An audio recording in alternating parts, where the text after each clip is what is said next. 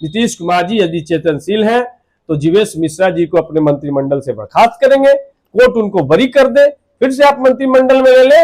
लेकिन ये दोहरा मापदंड नहीं हो सकता है। लालू यादव जी को जेल और जीवेश मिश्रा और ऐसे लोग को बेल, ये कहां तक अब तक चलेगा। अब बिहार की जो सरकार है वो नागपुर से संचालित हो रहा है, पूरा बीजेपी संचालित कर रहे हैं।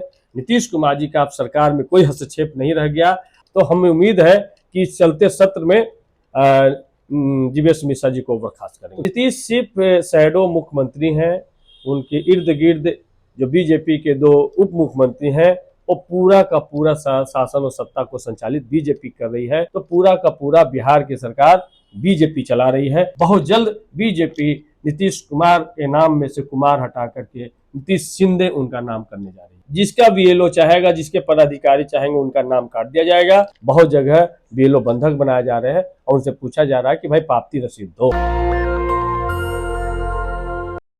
मेरे साथ जो शख्स दिख रहे हैं और जिनके गले में दवाइयों की माला है, ये नकली दवाइयां हैं।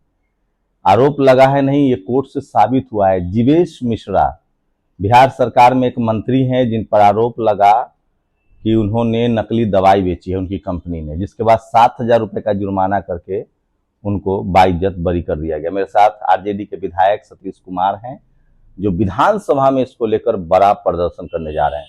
सतीश जी, क्या है पूरा मामला?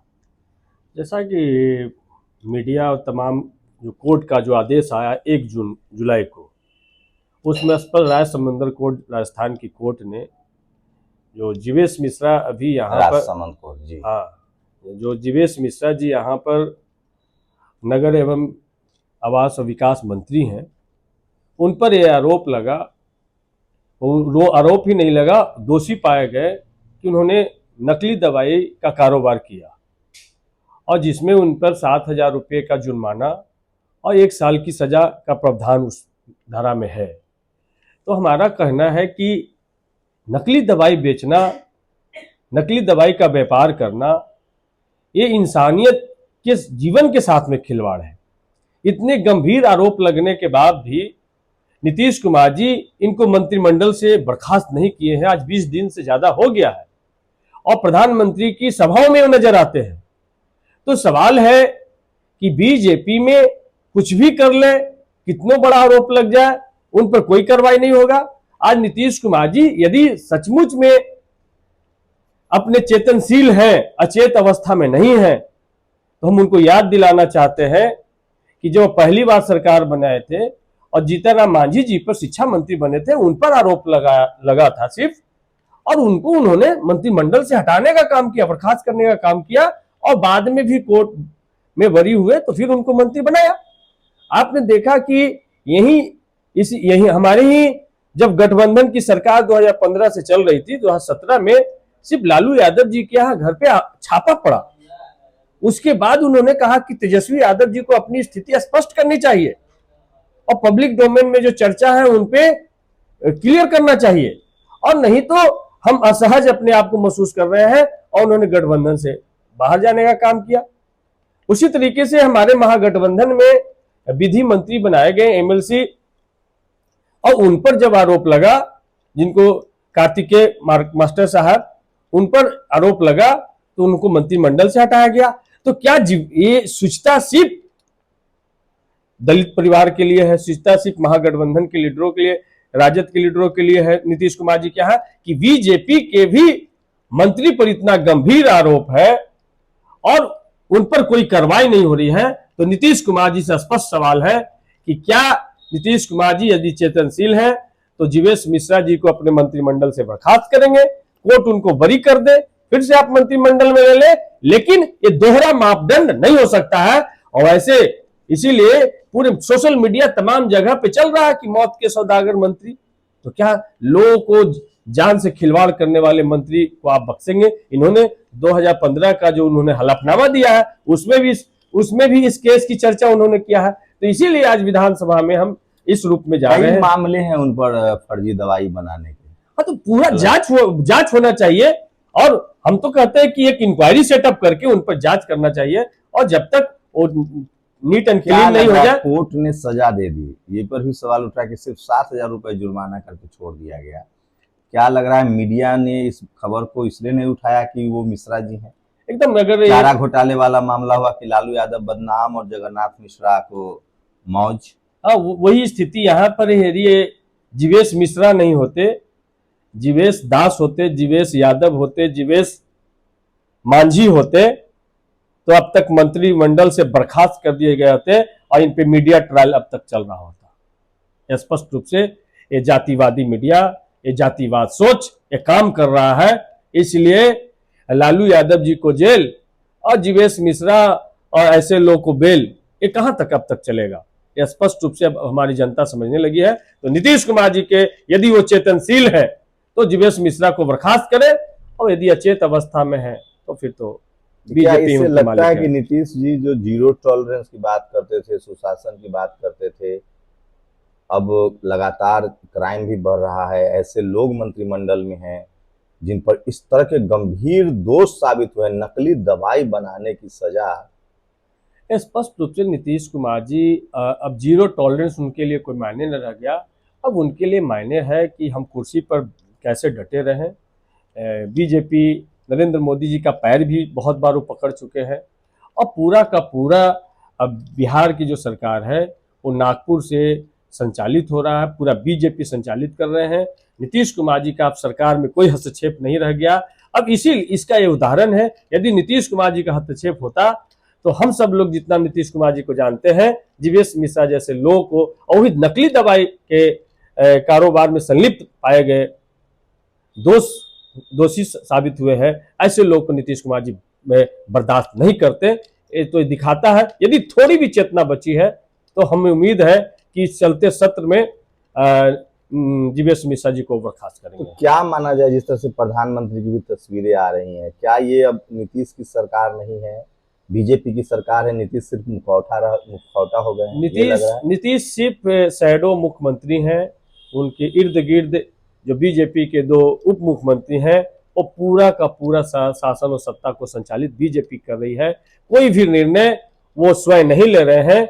आप देखते हैं कि जिस बिजली बिल के मामले में 125 यूनिट बिजली बिल के मामले में नीतीश कुमार जी जिसका खंडन करते हैं, तो बीजेपी के मंत्री आकर के पीसी कर करके और उसकी घोषणा करते हैं। अभी तक बिजली मंत्री ने इस पर या बिजली विभाग ने कोई नोटिफिकेशन जारी नहीं किया, लेकिन बीजेपी के मंत्रियों ने आकर के पीसी करने का काम किया। तो पूरा का पूरा बिहार की सरकार बीजेपी चला रही है। स्पष्ट हो गया है, अब आने वाले चुनाव में लोगों को तय करना है कि भाई नीतीश कुमार जी जैसे शैडो मुख्यमंत्री को बर्दाश्त करना है कि ये काम करने वाली सरकार बिहार में लानी है। तो क्या लग रहा है, नीतीश कुमार के बहाने बीजेपी ही सत्ता चला रही है, अब जेडीयू की सरकार नहीं है? जेडीयू का कोई सरकार नहीं है, जेडीयू का कोई हस्तक्षेप नहीं है। अगर जेडीयू का हस्तक्षेप होता तो ये जो एसआईआर जो कराए जा रहे हैं उस पर जेडीयू का कोई अभी तक बयान नहीं आया। जेडीयू का सरकार होता तो ये जो लॉ एंड ऑर्डर का सवाल है इस पर नीतीश कुमार जी को आकर के स्पष्ट करनी चाहिए था। तो इस पर सम्राट चौधरी जी और विजय सिन्हा जी आकर के बयान देते हैं, लेकिन नीतीश कुमार जी का कोई बयान नहीं आता है। स्पष्ट रूप से दिखता है यहाँ पर नीतीश कुमार अब कोई प्रासंगिक नहीं रह गए। नीतीश कुमार अब सिर्फ नाम के मुख्यमंत्री हैं। बहुत जल्द बीजेपी नीतीश कुमार के नाम में से कुमार हटा करके नीतीश शिंदे उनका नाम करने जा रही है। नीतीश शिंदे मतलब वो सिर्फ चुनाव तक मुख्यमंत्री हैं, उसके बाद हटा दिया? हाँ, उसके बाद जो शिंदे जी का हाल हुआ वही हाल नीतीश कुमार जी का होने। क्या लग रहा है एसआईआर को लेकर? अभी तो कहें कि केसी त्यागी ने कहा कि जल्दबाजी में किया गया है, टीडीपी ने भी कहा कि ठीक नहीं है। आप तो ग्रामीण विधायक हैं, ग्रामीण क्षेत्रों का क्या इम्पैक्ट है? लोगों में भय व्याप्त है, और गरीबों जिसका बीएलओ चाहेगा, जिसके पदाधिकारी चाहेंगे उनका नाम काट दिया जाएगा, क्योंकि फॉर्म 6(1) एक कॉपी में बांटी गई। किसी के पास प्राप्ति रसीद रिसीविंग कॉपी नहीं है, वो क्लेम भी नहीं कर सकते कि हमने फॉर्म जमा किया। ये तो बड़ा षड्यंत्र चल रहा है।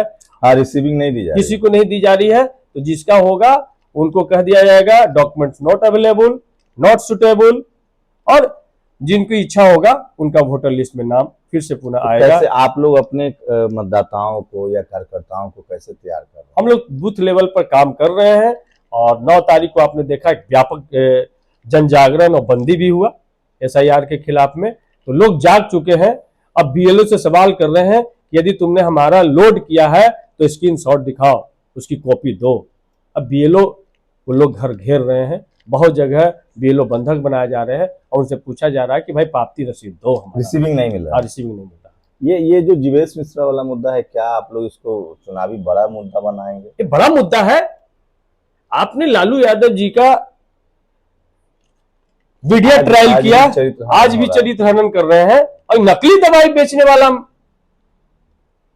मंत्री कैसे आपका नीतीश कुमार जी के मंत्रिमंडल में रह सकता है, और हम सब लोग जनप्रतिनिधि कैसे बर्दाश्त कर लेंगे? तो हमारी जिम्मेदारी है ऐसे लोग को बेनकाब करना। क्या आपको विधानसभा में एंट्री मिलेगी इस तरह के जो जहां तक एंट्री मिलेगी वहां तक हम जाएंगे और ऐसे मंत्री को एक्सपोज करने का काम करेंगे।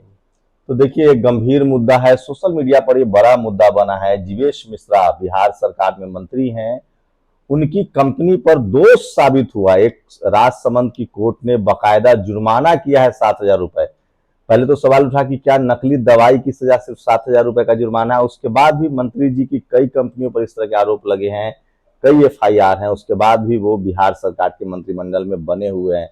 सवाल यही उठ रहा है कि क्या दलित पिछड़ों को सजा और सवर्ण कोई मंत्री है तो उनको मजा मिलता है? चारा घोटाले में भी यही हुआ था, लालू यादव को आज भी उसके लिए टारगेट किया जाता है और जगन्नाथ मिश्रा का कोई नाम नहीं लेता है। सतीश दास जो है वो लगातार सामाजिक मुद्दों पर, सोशल जस्टिस के मुद्दों पर लगातार अपनी आवाज उठाते रहते हैं, और आज विधानसभा में वो इसी वेशभूषा में एंट्री करेंगे, और ये एक बड़ी खबर है जिससे मैं आपको रूबरू करा रहा हूँ। शुक्रिया विधायक जी हमसे बातचीत करने बहुत बहुत धन्यवाद। शंभू कुमार सिंह, नेशनल दस्तक, पटना। दस्तक की आपसे गुजारिश है कि अगर इसको बचाना चाहते हैं तो नेशनल दस्तक को सब्सक्राइब करने के लिए रेड कलर के सब्सक्राइब बटन को दबाएं, फिर बेल आइकन की घंटी दबाएं। नेशनल दस्तक को बचाने के लिए बहुत जरूरी है कि हर खबर को शेयर करें, लाइक करें, कमेंट जरूर करें।